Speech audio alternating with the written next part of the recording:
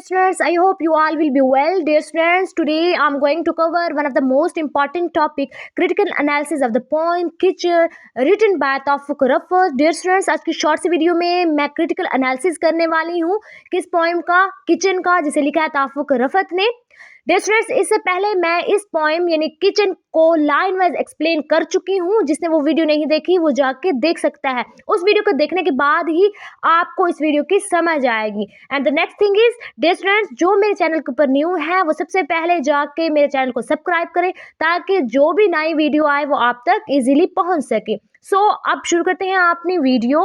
Critical analysis में सबसे पहले आपको करना क्या होता है, इंट्रोडक्शन करना होता है, इंट्रोडक्शन लिखना होता है। जैसे कि किचन की समरी का तो हमें वैसे भी पता है कि इसमें सारा तौफीक रफ़त क्या एक ट्रेडिशन को दिखा रहे हैं हमें कि किस तरीके से लोग पहले किचन के अंदर मिलजुल कर जो है वो एक फीमेल होती हैं वो खाना बनाती है और बाकी सारे जो मेल बच्चे सारे जो है इर्द गिर्द बैठ कर उस खाने को इंजॉय करते होते थे और आपस में वहाँ पर गपशप करते थे। मीन्स कि कोई न्यू टॉपिक आया है तो वो उसके ऊपर डिस्कशन करते होते थे, उसको डिस्कस करते होते थे। तो ये सारी चीज़ें उसने अपने पोएम के अंदर डिस्कस की हुई हैं। ये बेसिकली पाकिस्तानी हाउस होल्ड का जो डोमेस्टिक स्फेयर है उसको दिखा रहा है, उसको पोर्ट्रे कर रहा है, कल्चरल अंडरटोन्स दिखा रहा है हमें। और ये पोएम जो है बेसिकली कुछ थीम्स रखता है, उस थीम्स को हम क्या करेंगे, डिटेल के अंदर डिस्कस करेंगे, like domestic sphere and tradition.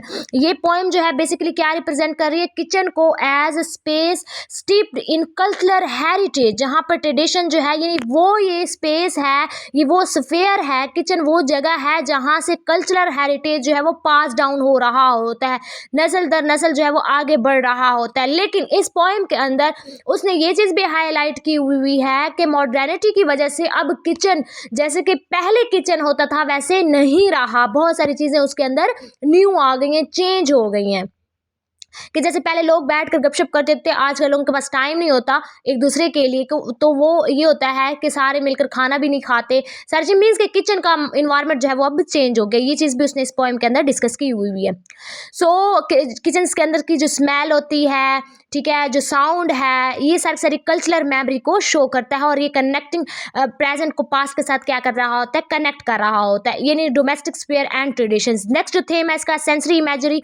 Rafat जब इम्प्लॉय करते हैं सेंसरी इमेजरी एक टेक्सचर क्रिएट करने के लिए, एक पैलेबल एक्सपीरियंस को क्रिएट करने के लिए, वो कहता है जो ये क्लैटर ऑफ अटेंसिल्स हैं, लाइक जो बर्तन के क्लैटर्स हैं और जो स्पाइसीज जो बन रही होती हैं डिशेज, उसकी जो बू होती है, उसकी जो खुशबू होती है और जो गर्माइश है, वार्मथ होती है, हीट अप होती है हर्थ की, ठीक है, जो ईंधन होता है लाइक जो भी चूल्हा वगैरह उसकी जो वो होती है ना लाइक वार्मथ, वो बड़ी अच्छी होती है, ठीक है। और बेसिकली यही सारी चीज़ें जो हैं, यही जो detail not only paint a picture of daily life ही पिक्चर ही नहीं दिखा रहा ये पोएम, बल्कि ये एक रिचनेस ऑफ पाकिस्तानी कल्चर को भी सेलिब्रेट कर रहा है कि पाकिस्तानी कल्चर जो था वो एक बेस्ट कल्चर इसी लिहाज से भी माना जाता है कि उसकी किचन जो है वो क्या था, एक ज़बरदस्त इन्वायरमेंट जो है वो पेश करता होता था। ये चीज़ जो है वो इससे पोएम के अंदर दिखाई गई। इसके बाद यानी ये एक सेंस इमेजरी जो है, इमेजेस जो है वो दिखाई गई है। इसके बाद नेक्स्ट जो हमारे पास थीम है वो जेंडर रोल्स है।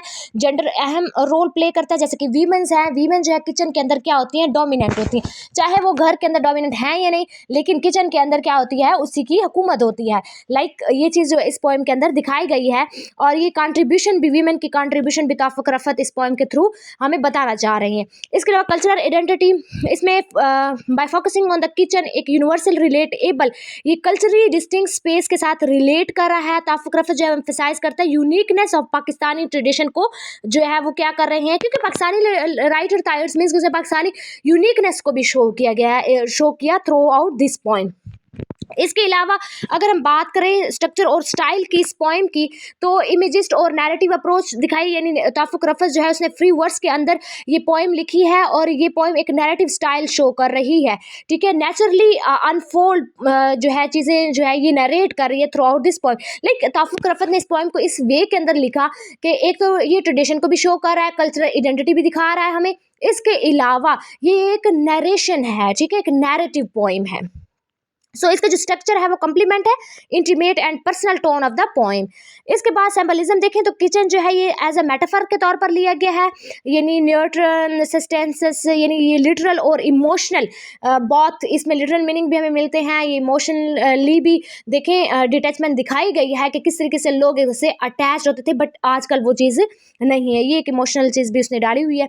इट इज़ स्पेस ऑफ, ये क्रिएशन स्पेस ऑफ क्रिएशन है जहाँ पर रॉ इनग्रेडिएंट ट्रांसफॉर्म होते हैं नरिशमेंट के अंदर, और ये सेक्लिकल और ट्रांसफॉर्मेटिव नेचर ऑफ लाइफ को दिखा रहा है।